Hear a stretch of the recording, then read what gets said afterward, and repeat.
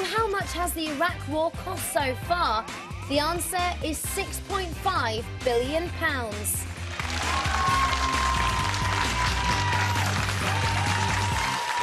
So what's another few quid for an inquiry then, eh? You're watching The Right Stuff live on 5 with Gail Porter, Steve First and our special guest John Challis. Still to come this morning, doesn't everyone rate their partner's looks, intelligence, weight, size?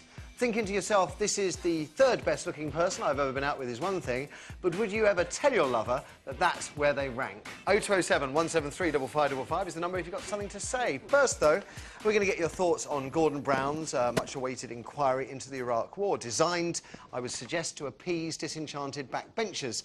Critics, though, are saying it's going to be nothing more than a whitewash. Brown promised us openness and transparency when he became Prime Minister. This inquiry would be full and candid, he said. Full and candid, but held in secret. No one will be blamed for anything. The inquiry will have no legal powers to call witnesses or demand evidence. It won't report back until after the next general election and is to be chaired by Sir John Chilcot, a career civil servant. Now, of course, a lot of sensitive information will have to be aired at the inquiry, but I'm with Lib Dem leader Nick Clegg, who says there's no reason at all why this inquiry couldn't be open and public if we allowed the bits that did compromise military secrets to be kept private. It just sounds so simple the way he puts it, doesn't it? Everything else, he says, should be fully transparent. You probably don't need reminding, but we've already had two inquiries into events surrounding the illegal invasion of Iraq. 6 years ago, we had the Hutton inquiry, which examined the death of weapons expert Dr. David Kelly, who you remember was sceptical of government claims that Saddam Hussein had weapons of mass destruction pointed at us and ready to fire within 45 minutes. That inquiry was held in public. The Butler report followed a year later, and that examined the quality of our intelligence that led us into war. That was held in secret, but we do know it found much of the government's intelligence was unreliable. Perhaps that's why they want to keep it quiet. 179 British soldiers have made the ultimate sacrifice in Iraq, laying down their lives for... well, that's the whole reason we need this inquiry, isn't it? To find out what they were sacrificing themselves for. David Cameron seems to think this will be an establishment stitch-up. What do you think, John? I know you take this seriously. Yes, I do. He's promised a new era of democratic renewal, Gordon Brown, and it seems to be completely against that to me. Anyway, I think it should be held in the open because we owe that to David Kelly, who died, and I think it was one of the... and that's never been satisfactorily explained to me. I think there's a lot of reasons, I think, to go in and try and help Iraq become a better place for the Iraqi people. But that wasn't why we went in. That certainly wasn't it. And I think we... it has do you to be do you accept that national security is the overriding, determining factor as to why this has to be held in secret? Are you satisfied with that as an explanation? No, I don't know. I don't think I am.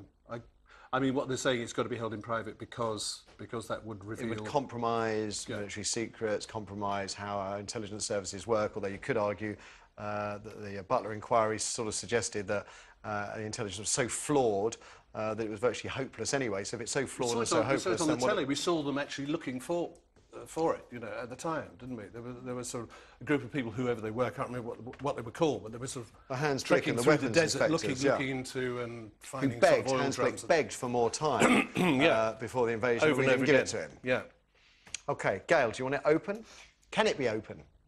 Well, I would think more for the families. You think you would want? I think the families should attend. I think the families are desperate to attend because they want to know what's happening, and also for the Iraqi families, why is their country being invaded? They need to know, and also because it's done in secret, there's always going to be a doubt about the findings because we're not going to know exactly. And it's just completely hollow. It just seems ridiculous. The whole point, if they, you see. Is he trying to please backbenchers who've had a hideous time and wanted him to go, but he's survived through that? Is he trying to satisfy the British public, the section of the British public that wants the inquiry?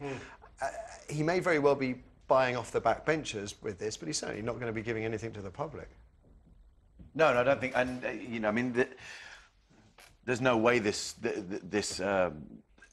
inquiry would be able to be, or the results of it, there's probably no time to do that now. I mean, this is probably going to take a long time to do. there's no way that that they could risk the results of this coming out before a general election, even if he did go the full term till Well, you could 1 argue year. that, of course, the Tories supported the invasion of Iraq, and they're the most likely winners. That's because they believe there were WMDs out there. Right. I think it's no question it was dressed intelligence. up. It was dressed up and given as the reason for. I think there were underlying other reasons for it. What about, do you think that potentially the United States may not be very keen on this to be open? That perhaps Well, and it's whether whether we really did follow their lead and we were kind of just acting as a kind of lapdog to It's America. very extraordinary. It takes years and years and years to produce an inquiry, but we could go to war in a matter of weeks. Yeah. I mean, I also, there is something to be stated for that there are aspects of national security because we still do have a presence in Afghanistan, and there are people putting their lives still at risk there on the front line.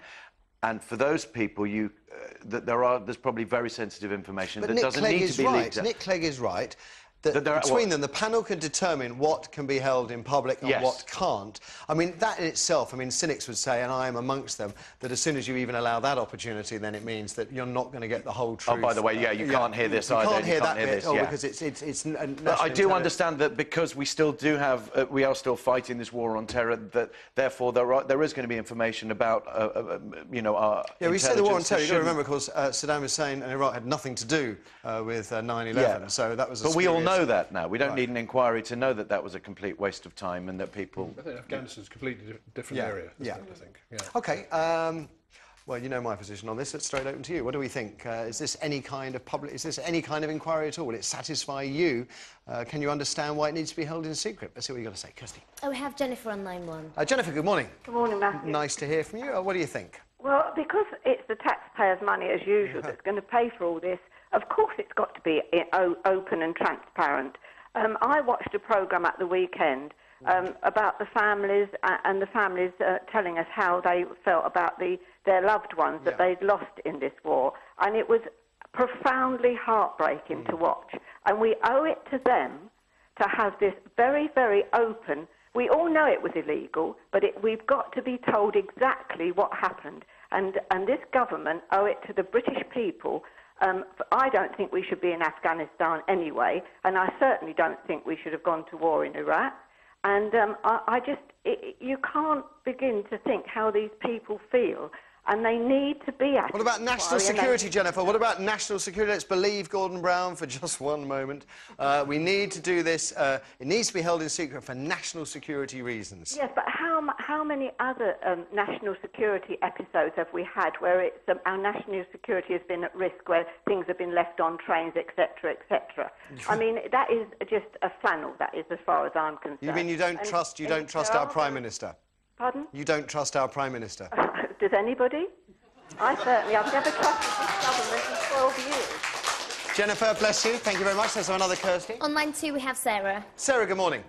Good morning, Matthew. So it won't report until after the election. It will be held in secret. There'll be no power to compel witnesses to speak. And when the witnesses are there, they don't have to pick up the Bible, as if that counts for anything these days in these heathen times. What do we think? What do we think, Sarah? Is this inquiry worth anything? Can I just say it's always a very good show. Well, thank you very much. Now, I presume this one, not the war in Iraq. Oh, I'm talking about your show, Matthew. This is what I just want to say, and this is what I've written down. Gordon Brown just doesn't get it, and what's more, he doesn't want to. Does he not know the meaning of transparency? To have what I think is actually going to be a 4th inquiry, you said 3rd, Yeah, no, but I think it's a 4th, yeah. behind closed doors, is a perfect insult to the nation and, more importantly, to the families that have lost their sons and daughters. National security, Sarah. It's for national security. But that, Matthew, it's not the point anymore. We're all so angry about this. And what's the point of another inquiry behind closed doors? I would suggest, Sarah, the point is that along with giving up on the Royal Mail reforms, this will keep some backbenchers, some Labour backbenchers, happy, and they've not been very happy of late. I think it's a token gesture. It's not so much whitewash as hogwash, really. It keeps the backbenchers happy. It pays lip service to those who've asked for an inquiry. And the end result, well, does anybody care? Because it won't be till after the election, blah, blah, blah, blah, blah. Well, whatever they may think about the security, I'm not. It just doesn't wash with me. I'm just appalled and disgusted with Gordon Brown, and the sooner he goes, the better. Okay. And elections just can't come soon enough. OK, Sarah, thank you very much for the call. And I should tell you, no one there on the phones today, we didn't get through many of the calls there, but no one there seems to think this inquiry will deliver the results that a lot of you obviously want. Thank you very much for the calls. After the ads, what's wrong with ranking? Ranking your partner, that is.